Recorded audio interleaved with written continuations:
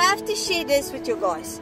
There is this 21-year-old South African girl in our community.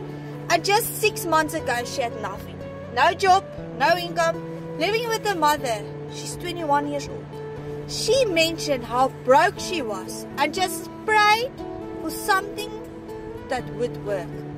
She made 100,000 rand. That's $5,700 in just 6 months. She didn't have special skills. She just followed a simple step-by-step blueprint. Showed up every day and trusted the process. And trusted in our Heavenly Father. We as moms weren't made for the 8 to 5.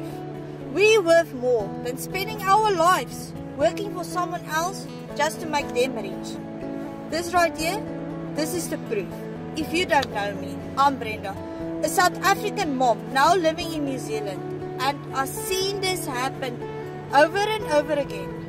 When you finally decide to build something for you, not for your boss, but for yourself, everything changes. Now, if you want the same blueprint she used, the one that's helping moms, students, and families build a real income from home, comment blueprint and I'll send it to you. Because if a 21-year-old girl with no job could turn her life around in 6 months, imagine what you could do in the next 5.